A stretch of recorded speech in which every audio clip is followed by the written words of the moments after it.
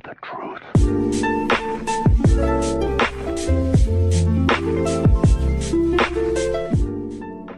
Yo les potos, c'est Zen, j'espère que vous allez bien. Au cours du temps, YouTube a connu plusieurs coups durs. Démonétisation massive, le Content ID et l'algorithme toujours plus efficace mais ravageur puisque trop de performance tue la performance, bref. La plupart du temps, ça ne venait pas de YouTube directement, mais plutôt des lois, parce que les lois s'appliquent aussi sur internet. YouTube est présent partout dans le monde, il est donc très compliqué d'adapter le site aux différentes lois de différents pays, mais a toujours fait au mieux pour avoir toujours au moins un pied dans la légalité. C'est en fait l'objectif du Content ID qu'on appelle plus familièrement le bot, et qui s'apprête à devenir complètement obsolète en Europe. Aujourd'hui, il permet d'identifier tous les contenus copyrightés présents sur la plateforme et de détecter les vidéos qui justement utilisent ces données sans en avoir le droit. Ça peut être des musiques, des films, des trailers, des extraits d'émissions TV, des gameplays de jeux vidéo ou même tout simplement des vidéos de youtubeurs. Le bot détecte donc ce type de contenu, qu'il soit tourné sous forme de parodie, de critique ou même qu'il soit mis en ligne tel quel, et envoie une notification au propriétaire des droits, lequel a le choix entre ignorer la correspondance, rediriger la monétisation à son avantage ou tout simplement faire supprimer la vidéo tout en strikant la chaîne concernée. Et c'est d'ailleurs devenu d'autant plus facile récemment parce qu'avec la nouvelle version de YouTube Studio, n'importe quelle chaîne ayant plus de 100 000 abonnés peut consulter directement dans son tableau de bord qui utilise son contenu et dans quelles limites. Dans le cas où la vidéo est strikée, le youtubeur ayant utilisé le contenu copyrighté dispose ensuite de quelques jours pour contester la décision de l'ayant droit, lequel a une nouvelle fois le choix entre accepter et refuser cette contestation. Si les deux parties n'arrivent pas à se mettre d'accord, si le youtubeur n'accepte pas le strike ou si l'ayant droit n'accepte pas de retirer son strike, ça peut aller beaucoup plus loin, en fait devant la justice. À aucun moment YouTube n'intervient dans le litige, il fait juste la poucave en avertissant et laisse les deux parties se démerder. Ça n'empêche pas les abus, mais au moins les titulaires des droits ont le plein pouvoir sur leur contenu et peuvent le protéger légitimement. Mais c'est là qu'intervient l'article 13.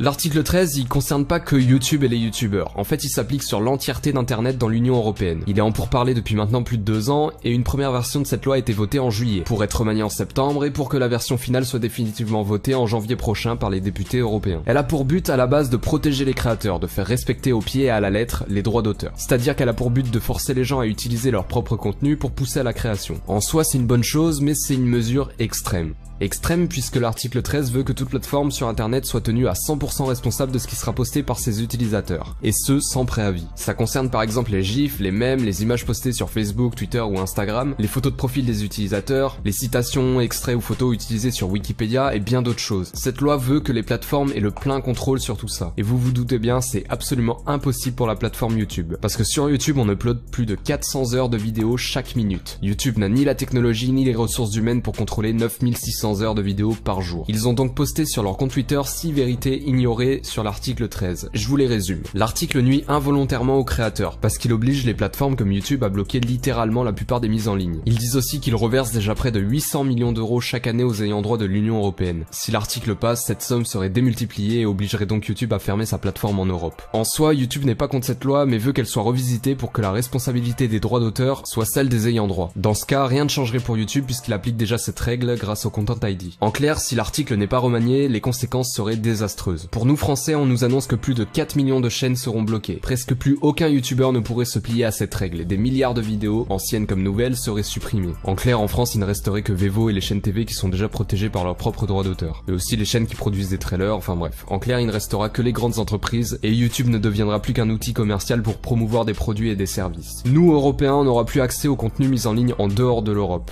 Ce qui veut dire que les youtubeurs en Amérique par exemple perdraient une grosse partie de leur audience. C'est pourquoi de leur côté ils en parlent énormément, et peut-être même plus que nous. C'est le problème que j'ai constaté. En France, personne n'en parle. Il y a eu qu'une petite poignée de vidéos à ce sujet et quelques tweets, et pourtant aujourd'hui il nous reste moins de 2 mois pour faire entendre notre désapprobation au Parlement européen. La PDG de YouTube s'est déjà entretenue avec des responsables du Parlement européen, l'Italie s'est déjà prononcée et a déjà demandé la modification de l'article, mais ça ne suffit pas. Pour augmenter nos chances de faire modifier l'article avant le vote de janvier, dans un premier temps je vais vous demander d'aller signer la pétition que je vous mets en description. On est tous concernés, viewers comme youtubeurs. Allez-y, ça se fait en 2 clics. Il y a déjà presque 2 millions de signatures, ça peut jouer. Ensuite, YouTube a créé une page dans laquelle il nous demande de parler de tout ça sur les réseaux sociaux avec le hashtag SaveYouInternet. Il nous demande aussi d'en faire des vidéos YouTube pour le faire savoir à un maximum de personnes. C'est un sujet bien trop ignoré. Je vous autorise exceptionnellement à réuploader cette vidéo si vous en avez l'envie. C'est une cause importante pour nous tous. Ne la prenez pas à la légère. Je vous mets en description aussi le peu de youtubeurs qui en ont parlé et certains l'expliquent bien mieux que moi. Certains donnent même des solutions, n'hésitez pas à checker ça. En tout cas pour ma part, je reviens très bientôt. En attendant, je vous dis à la prochaine, c'était Zen, peace.